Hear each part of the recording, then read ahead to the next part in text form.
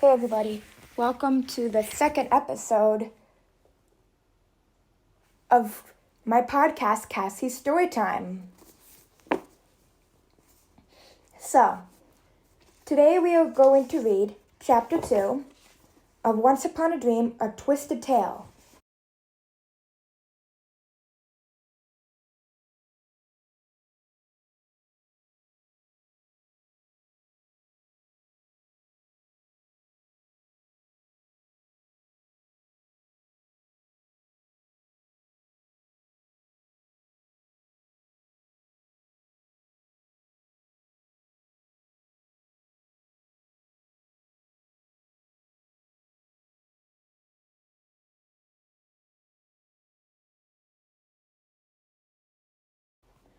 Once upon a time, there lived a king and a queen who ruled their kingdom as their forefathers had, but with even less wisdom. They hunted unicorns in the deep forest until there were none left.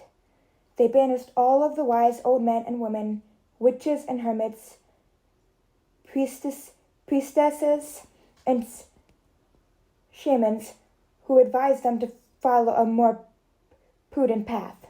They threw parties for neighboring kings and queens that fairly bankrupted the castle, which led them to levy even higher taxes on the poor.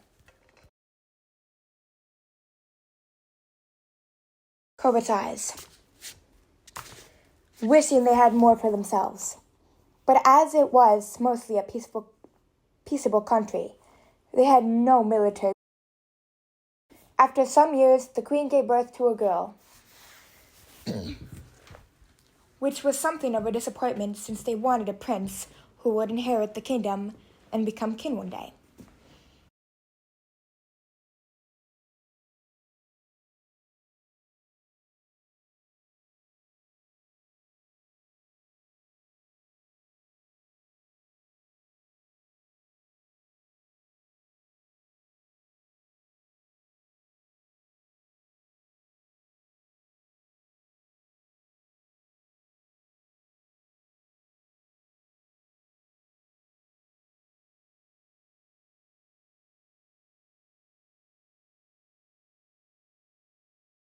Every quarter was allowed to keep their golden dinnerware as well as the jeweled goblets that held ancient priceless wine.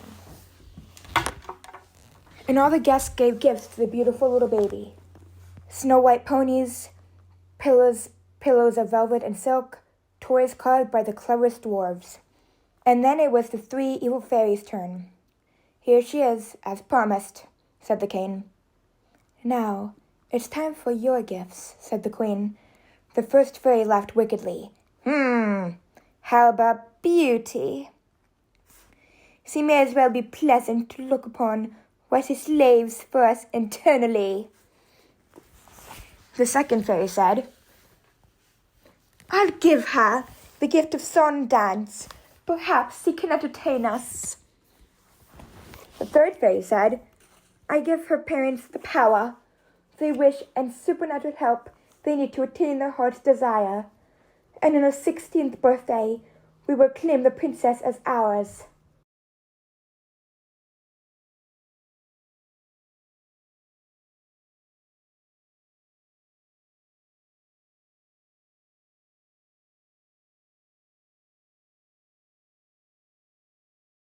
"My lord and lady," Maleficent said, coming forward. She was an impressive figure, young and comely. "You cannot do this.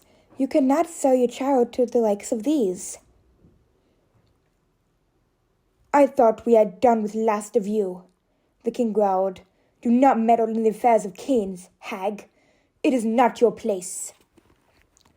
Maleficent looked sadly down at the helpless little baby, who was still smiling despite what was going on around her. "Poor child," she murmured. "My powers are not strong enough to prevent this wicked transaction. Not the way matters stand now. But I swear in my own life, I'll be back and set everything to rights. On your 16th birthday, goodness and nobility will be restored to this wretched kingdom." And she vanished in a puff of green smoke. As the days wore in on the wretched kingdom, the little Princess Aurora grew in grace and beauty. She sang and danced to the delight of everyone around her. Her parents, meanwhile, made good use of the powerful demons and fearsome magics given to them by the fairies. They waged strange and terrible wars upon the neighbors that not only decimated their enemies, but punished the land itself, rendering it infernal and foul. Only horrible black and twisted things grew where the king and queen's army had passed. Soon, that was most of the known world. The peaceful valleys, lush orchards, sparkling rivers, and snow-capped mountains that the queen and king had so envied and wanted for themselves were now nothing more than a blasted wasteland blown through by hot and deadly winds, occupied by only the most vile, unnatural creatures born of darkness and magic. And the monsters, having consumed everything else, began turning their hideous eyes to the master's castle. Meanwhile, the good little princess was mostly neglected by her parents and often wore rags. Except for the rare occasion when the king and queen noticed her and decided to dress her like a proper member of royalty, so all who remained could see and admire her. Aurora took her mistreatment surprisingly well, making friends with the dwindling number of cats, mice, dogs, birds, and squirrels who lived within the castle walls. All the people who still made the castle their home loved her utterly. But they were frightened of her parents more. At 16 years of age, Aurora, now beautiful young woman, knew full well that her birthday celebrations were less important than the apocalyptic events that were occurring in the world around her. She forgave her parents in advance for most likely forgetting that special day, as they had for the last 15. Still, she dressed in her finest gown and prepared to greet everyone with the grace and good humor for which she was known. Someone will remember and wish her congratulations, perhaps whispered so her parents wouldn't hear. As the clock struck noon in the middle of her birthday, the three evil fairies appeared. "We have come for what we have been promised," the first one said. "We can no longer control the magics you gave us. We come for what we can no longer control the magic you gave us," the king protested. Oops, that was a mistake. Sorry, guys. "Perhaps you should make deals with the devil," the second fairy said. "You must save us," the queen cried. "No," the third fairy said. "Now hand her over."